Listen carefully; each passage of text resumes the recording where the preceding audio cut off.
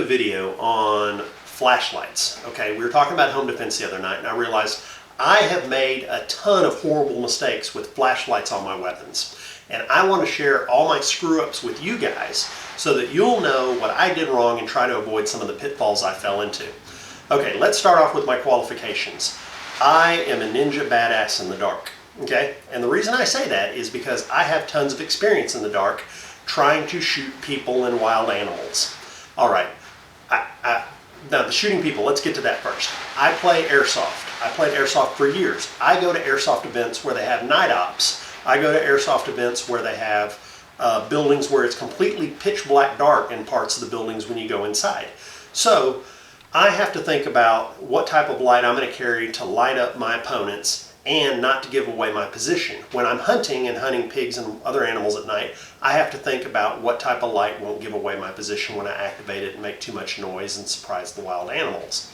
So all these things are in consideration when I'm looking at it. I'm looking at lumens, I'm looking at switches to turn them on, and I'm looking at cost. So these are the factors that I look for. Okay, let's go over some of the things I've done wrong. Not that this is really wrong, but it's not very good for tactical situations. This is a little NC Star flashlight. To get a good one of these, this is a $30 one. To get a good flashlight like this that's small enough to go on a weapon, you're going to spend like $100. Okay, and when you activate it, it's got a push switch on the side, and the push switch makes a lot of metallic noise. This is not a high power light, but this is good to throw on a pistol if you need a light that you can turn on and off, but it's not the greatest turn on and off light. You can buy other lights for pistols, but again, you're gonna spend like $100 for it. All right, next mistake I made. This flashlight is awesome. It is small, compact, great lumens. If I want to put new batteries in this thing though, I have to spend $15. $15 to get replacement batteries for this stupid thing, because I didn't bother to read and find out that it's a battery I've never even freaking heard of, okay? This is not a common battery. This is not a 123 Surefire battery. This is not a AA or AAA or any battery like that. It's some weird battery that you have to go to freaking a drugstore to find, and it's like some special camera battery type thing. So don't go with some expensive camera battery. Go with the 123 battery, Surefire battery. Go with a AAA or go with a AA battery in your flashlights, okay? Then you can get rechargeable ones so that you don't cost yourself an arm and a leg, or just you can go get off brands that are cheap. Instead of getting your Energizer, you can get your Rayovac or your store brand ones. Okay, so no exotic batteries. All right, the other downside is you may find a great flashlight that you love, but it may be gunmetal gray or silver or some other obnoxious color. Well, when you find a flashlight like that you really love, well, you want to make it tactical. So what you do is you take a can of spray paint, like a good old Rust-Oleum. This is a green, but I have black too, flat black, and you paint it. Now, when you paint your flashlight, put a piece of tape over the lens. Put a piece of tape over the pressure switch. Paint the flashlight casing, but don't paint the lens, don't paint the pressure switch, because that's going to mess up your flashlight. So that's another thing to avoid, and that's a mistake I've made once. All right, spend a lot of time scratching that, peeling that off with your fingernail, and hopefully not scratching up the lens. Okay, so then my next flashlight, I went and I located one that would fit in 1-inch rings. Okay, this runs off 2 AA's. Okay, so I'm good. I can fit it in 1-inch rings. It runs off 2 AA's, but the number of lumens is all right on this. It's not as good as I like. And the other thing is it's super long, man. Okay, it's really long. So don't care for how long this one is. Okay, so then I found out of the existence of 30mm rings. I didn't really ever pay attention to it. I always used 1-inch rings, but I looked at scopes and was like, 30mm, what? And then one of my friends goes, yeah, you buy the flashlights that take the 3 AAA batteries in the little container pack, and those fit just about right in 30mm rings.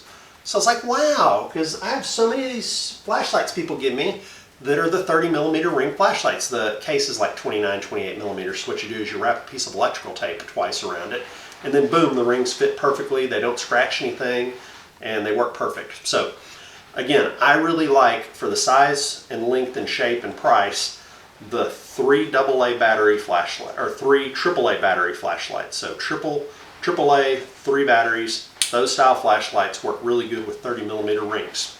Okay, now let's go on to say, why do I like the Coleman flashlights? Okay, 2 reasons. One is they're great value. The number of lumens you get versus the price is probably one of the best on the market, and they're very durable, and they're water resistant too, so if it rains on you, it's not too bad. Okay, the downside is you have to paint them. They come in gray. Okay, some of them come in black, but most of them come in this gray color, so you have to paint them. That's a downside, but not the end of the world. Okay, so let's take these 2 flashlights here. I'm getting closer so you can listen. Okay, this flashlight is perfectly good, has great lumens and everything.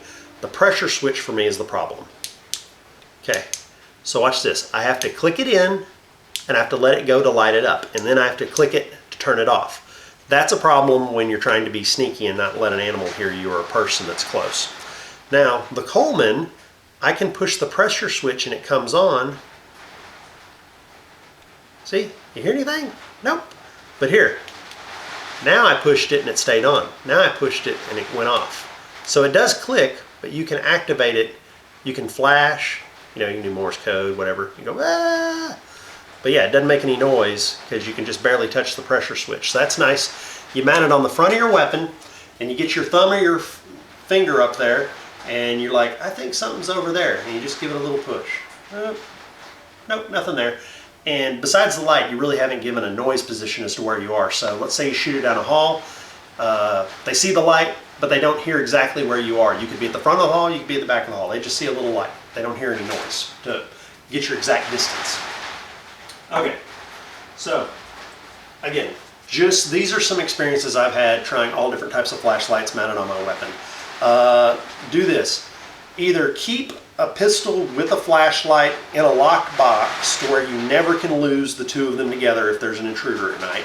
And or if you use a long gun, I like to mount my flashlight to my weapon. Because my kids take off with all my flashlights except for the one that is bolted to a gun. Surefire's the best freaking light. When God lit the world, he used a Surefire flashlight. I don't care. Spend your money if you want to spend it. I don't care. But if you're on a budget, the Colemans work just fine.